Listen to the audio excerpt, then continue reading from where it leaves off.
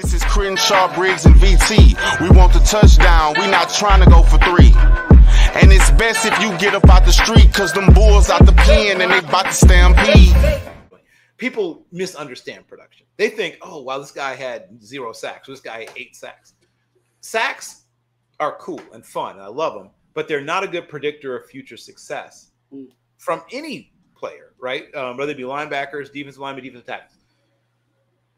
But solo tackle market share is a great indicator. And so I'm going to mention a man named Justin James Watt, who I essentially understand is a secular saint, I believe, in the state of Texas. Pretty much. Okay. Yeah, I believe that he may be up for beatification, I believe. So, and if you look at his tackle for loss numbers and his sack numbers, they're solid, but nothing to get excited about. But look at his solo tackle market share for the position he plays.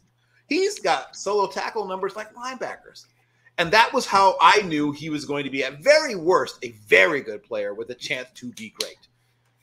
Why does solo tackle market share work so well in finding good football players? Because they're around the ball, right?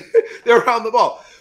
Tackles for loss and sacks, there's lots of things that can go into you not getting a sack or you getting a sack. You can make the play but not get the sack. We see it all the time.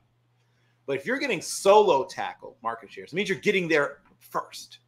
You're around the ball before everyone else. You're not cleaning it up, right? So a lot of times when a guys get a sack or a guys get a tackle for loss, it's because somebody chased him into him, right? We've seen that a million times where it's like, this guy makes the play, but he doesn't make the tackle. If you are a guy that is getting a very high percentage of solo tackles, not assisted tackles, solo tackles, that means that you're getting there first, right? To quote the general Jubal Early, right? Get there firstest with the mostest. That guy who does that consistently throughout his career in college almost never fails. Almost never.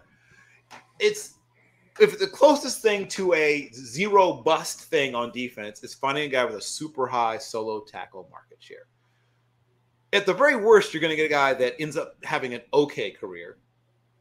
I'll tell you another guy that's one of my huge success stories for that particular metric is Malcolm Rodriguez, who I fell completely in love with last year and was desperately hoping that the Steelers would pick him. And I was so upset when he didn't get picked by them. But he went to the right place, though. He went to a team that really loves him and understands him and lets him be himself.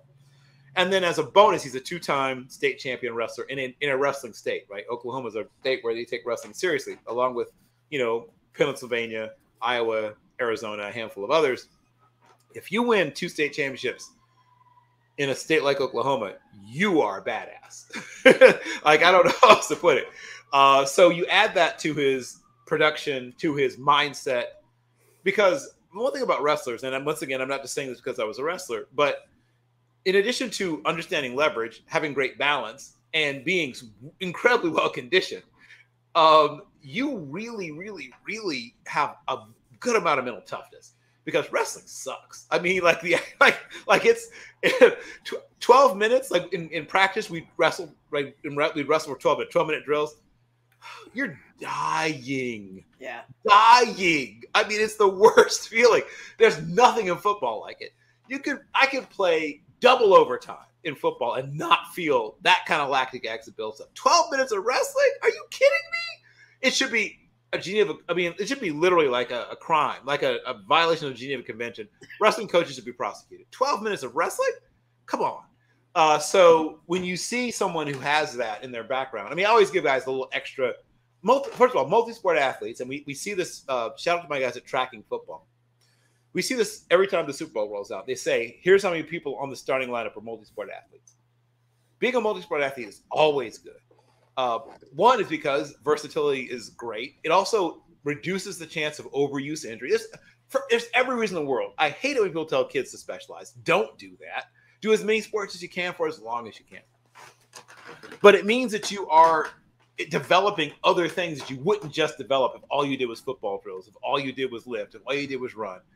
You're going to develop as a football player, don't get me wrong, but there's things about playing baseball. Right. Look at some of the great ball trackers in the NFL. A bunch of those guys were good baseball players. Arthur Brown Jr., right? Drafted by the Padres. there's a bunch of those guys who, I mean, a lot of really good basketball players. I mean, obviously all the tight ends were basketball players. Almost all of them were great basketball players. I really think that people need to look at totality because everything matters. When I hear people say, oh, I don't pay attention to that, it's like, well, why not? I mean, like all the information is your friend if you make it your friend. If you focus on just a handful of things, well, one, you'll have a certain amount of success because you look so hard at those things, but you'll miss other things. I try to look at everything. Is that exhausting? Yes, it is. I'll just have to be exhausted. But it's worth it, right? So, yes, I want to know what kind of high school offense or defense they played in. Did they play multiple positions in high school? You know, I want to know, obviously, multi-sport. I want to know, you know, if they have had to overcome challenges, difficulties, and problems. This is Crenshaw, Briggs, and VT. We want the touchdown. We not trying to go for 3. And it's best if you get up out the street, cause them bulls out the pen and they about to stampede.